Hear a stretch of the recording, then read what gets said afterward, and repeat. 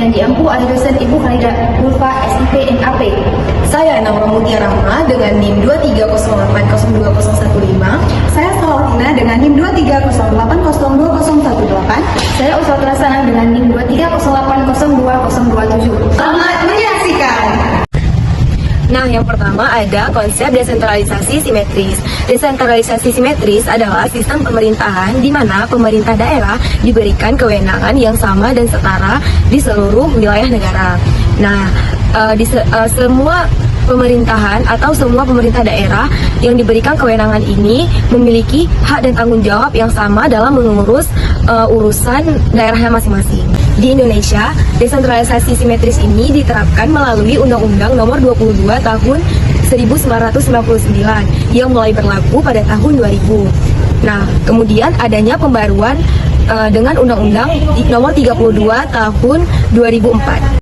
Kemudian ada desentralisasi asimetris. Desentralisasi asimetris merupakan pola relasi antara pemerintah pusat dengan pemerintah daerah, di mana pemerintah pusat memberikan kewenangan, lembaga, dan juga keuangan yang berbeda di setiap daerah. Nah, konsep ini dikenal juga dengan otonomi khusus atau daerah istimewa. Desentralisasi asimetris merupakan bentuk otonomi yang diterapkan berdasarkan prinsip tidak sama dan tidak sebangun. Nah, di dalam desentralisasi asimetris ini, setiap daerah memiliki kewenangan yang berbeda-beda. Desentralisasi asimetris telah diterapkan di Indonesia sejak masa penjajahan dan juga telah ditegaskan dalam Undang-Undang Dasar 1945. Daerah yang memiliki otonomi khusus di Indonesia antara lain adalah Aceh, Papua, Daerah Istimewa Yogyakarta, dan DKI Jakarta. Berikut adalah beberapa ciri atau karakteristik dari desentralisasi simetris. Yang pertama, ada pembagian kewenangan yang merata. Kewenangan yang diberikan kepada pemerintah daerah hampir sama atau setara di berbagai wilayah. Setiap daerah memiliki hak dan kewajiban dalam menjalankan tugas pemerintahan, tidak adanya tanpa adanya diskriminatif atau perlakuan khusus terhadap daerah tertentu. Selanjutnya ada keseragaman dalam regulasi, peraturan dan kebijakan yang diterapkan di seluruh daerah biasanya seragam atau memiliki standar yang sama. Meskipun ada otonomi daerah, pemerintah pusat sering menetapkan kebijakan kerangka yang harus diikuti oleh semua daerah. Selanjutnya ada sistem pemerintahan yang terstruktur. Desentralisasi simetris biasanya diterapkan dalam sistem pemerintahan yang terstruktur dan terkoordinasi dengan baik. Pemerintah pusat tetap memiliki kontrol dalam hal regulasi umum, namun pemerintah daerah memiliki kebebasan dalam pelaksanaan kebijakan lokal. Selanjutnya ada pemerataan pembangunan. Dengan distribusi kekuasaan yang merata, setiap daerah memiliki kesempatan yang sama untuk berkembang, sehingga diharapkan tidak adanya ketimpangan pembangunan antar wilayah. Berikut adalah beberapa ciri atau karakteristik dari desentralisasi asimetris. Yang pertama, pembagian kekuasaan yang tidak merata, yaitu setiap daerah memiliki tingkat otonomi yang berbeda, tergantung kebutuhan dan kekhususan daerah tersebut. Selanjutnya ada pemberian otonomi khusus. Dalam desentralisasi asimetris, beberapa daerah diberikan otonomi khusus untuk mengelola urusan lokal tertentu, sedangkan daerah lain tetap melaksanakan aturan umum yang telah ditetapkan oleh pemerintah pusat. Selanjutnya ada pemerataan pembangunan yang disesuaikan. Pembangunan daerah dilakukan berdasarkan kebutuhan spesifik daerah tersebut. Pemerintah pusat memberikan bantuan dan dukungan yang berbeda-beda sesuai dengan tingkat otonomi daerah tersebut.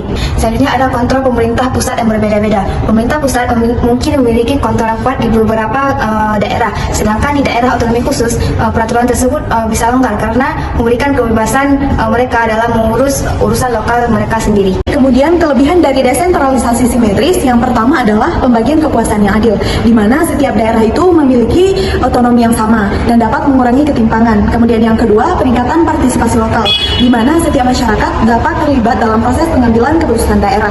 Kemudian yang ketiga adalah penyesuaian permasalahan masalah lokal, di mana pemerintah itu dapat lebih cepat dalam mengatasi isu lokal. Kemudian yang keempat, kebijakan yang spesifik, di mana kebijakan yang diambil itu dapat disesuaikan sesuai dengan kebutuhan daerah. Kemudian yang kelima adalah akuntabilitas, di mana setiap pemimpin lokal atau pemimpin daerah itu dapat dengan mudah untuk dimintai pertanggungjawabannya. Kemudian kekurangan dari desentralisasi simetris yang pertama adalah kurangnya inovasi, di mana potensi tumpang tindih kebijakan antar daerah. Kemudian yang kedua, perbedaan kapasitas administrasi, di mana daerah yang lebih maju itu cenderung lebih cepat berkembang dan dapat mengoptimalkan otonominya dan memanfaatkannya dibandingkan dibandingkan dengan daerah yang tertinggal. Kemudian yang ketiga adalah potensi kestabilan politik, di mana daerah yang terlalu mandiri itu dapat memicu terjadinya separatisme. Dan kemudian yang keempat adalah pembiayaan yang tidak merata, di mana daerah yang kaya itu biasanya lebih cepat berkembang daripada daerah miskin. Dan yang kelima adalah pengawasan yang lemah, yaitu pemerintah. Jika pemerintah pusat melakukan pengawasan yang kurang, maka otomatis yang terjadi adalah penyalahgunaan wewenang. Kemudian efektivitas dari desentralisasi simetris ini adalah yaitu dapat memperkuat partisipasi lokal dan kebijakan yang relevan, dan juga dapat membantu menyeimbangkan kekuasaan dan dapat mengatasi ketegangan regional. Kemudian tantangannya adalah dapat mengatasi ketimpangan administrasi dan pengelolaan sumber daya antar daerah, dan juga dapat mengatasi koordinasi pengawasan dari pusat. Kemudian kelebihan dari desentralisasi asimetris yang pertama adalah penyesuaian keunikan daerah, di mana otonomi itu lebih besar diberikan kepada daerah yang memerlukan penanganan khusus dan konflik etnis, dan juga geografisnya yang terpencil. Kemudian yang kedua adalah untuk dapat meredam ketegangan politik dan etnis, di mana aspirasi politik daerah itu lebih diakomodasi dan dapat mengurangi resiko separatisme. Yang ketiga adalah penyesuaian pengelolaan sumber daya, di mana daerah yang lebih maju itu diberikan tanggung jawab yang lebih besar dalam mengelola perekonomian mereka. Empat adalah pembangunan yang adaptif, di mana kebijakan itu disesuaikan dengan kebutuhan setiap daerah dan disesuaikan dengan kondisi spesifik antar daerah. Kemudian yang kelima itu adalah penguatan identitas lokal, seperti penguatan budaya, kemudian bahasa, dan tradisi lokal yang dapat lebih dilindungi. Kemudian kekurangan dari desentralisasi asimetris yang pertama adalah ketidakadilan antar daerah, di mana ketimpangan politik dan ekonomi itu terjadi karena perbedaan otonomi. Kedua, kompleksitas koordinasi, di mana koordinasi kebijakan nasional itu menjadi lebih rumit. Kemudian yang ketiga adalah resiko perpecahan, di mana ketidakpuasan masyarakat yang daerahnya tidak mendapatkan otonomi khusus itu dapat mengancam persatuan nasional. Tantangan dan pengawasan, di mana kontrol pemerintah terhadap daerah otonomi khusus yang lemah itu dapat meningkatkan resiko korupsi. Kemudian yang kelima adalah memperkuat sentimen lokal, di mana otonomi yang besar itu dapat memperkuat tuntutan kemerdekaan. Kemudian manfaat dari desentralisasi asimetris adalah desentralisasi asimetris itu cocok di negara yang mempunyai keragaman yang tinggi dan dapat meredam konflik serta dapat menyesuaikan kebijakan dengan kebutuhan antar daerah tanpa merusak tatanan nasional. Kemudian tantangan dari desentralisasi asimetris ini adalah ketimpangan dan kecemburuan itu dapat menjadi lebih meningkat dan pengawasan pemerintah pusat itu menjadi lebih kompleks. Sudah 28 tahun Indonesia menerapkan sistem otonomi daerah. Tujuan pelaksanaan otonomi daerah di Provinsi Lampung sendiri tak lain untuk menerapkan desentralisasi.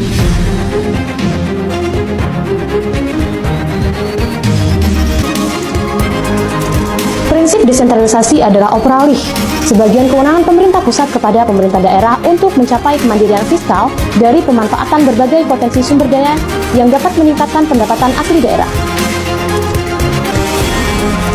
Pemanfaatan potensi sumber daya untuk meningkatkan PAD ini juga bertujuan untuk memacu percepatan dan pemerataan pembangunan. Namun nyatanya, otonomi daerah yang bertujuan mendorong cita-cita Indonesia Emas pada tahun 2045 dalam menjawab tantangan ekonomi Asia bersaing dengan Eropa ternyata belum menyentuh seluruh lapisan kesejahteraan masyarakat Lampung, terutama di daerah-daerah. Seperti penelitian Semeru pada tahun 2002, sejak 2 tahun otonomi daerah mulai diberlakukan, penelitian itu bernada pesimis bahwa otonomi daerah di Lampung akan dapat meningkatkan kesejahteraan masyarakat Lampung. Di saat pemerintah pusat menggagalkan kemandirian hilirisasi industri, justru ekonomi Lampung saat ini masih didominasi industri minuman pabrikan, onderdil kendaraan bermotor, dan ekspor-impor pertanian. Selain itu, Pemda tidak mendukung transportasi menuju akses lokasi sehingga menyulitkan wisatawan. Lantas muncul pertanyaan, bagaimana kerja gubernur sebagai kepanjang tangan pemerintah dalam melakukan pembinaan, pengawasan dan monitoring evaluasi kinerja pemerintah kabupaten dan kota? Padahal, akses jalan yang bagus selain mendorong ekonomi hilirisasi UMKM di spot center wisata dapat menambah PAD. Seperti yang saat ini menjadi didorong pemerintah Kabupaten Pesawaran untuk membangun sistem satu pintu tiket menuju bumi sejuta pesona. You got the incredible and the wonderful views of the moment.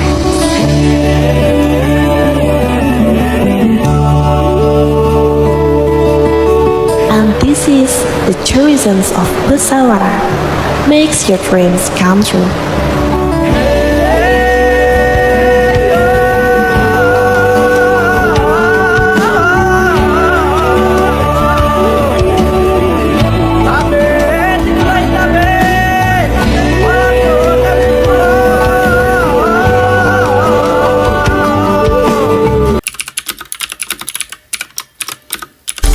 serta perdebatan publik terkait kelanjutan program Maluku Lumbung Ikan Nasional dan Ambon Newport yang sudah masuk sebagai program strategis nasional sampai saat ini masih menghiasi ruang pemberitaan, baik nasional maupun lokal.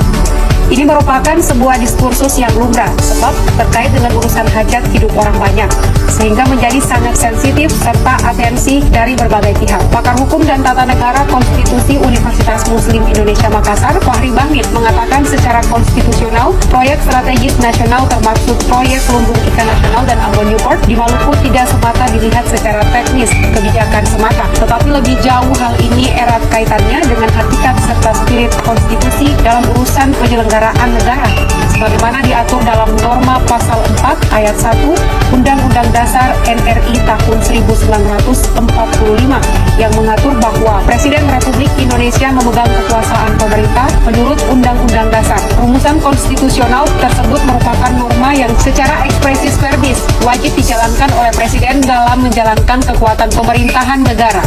Nah teman-teman, itu dia contoh studi kasus tentang desentralisasi simetris dan asimetris yang ada di Indonesia. Baiklah teman-teman, sampai di sini paparan materi kami terkait dengan model desentralisasi simetris dan desentralisasi asimetris. Sekian, terima kasih. Assalamualaikum warahmatullahi wabarakatuh. See you!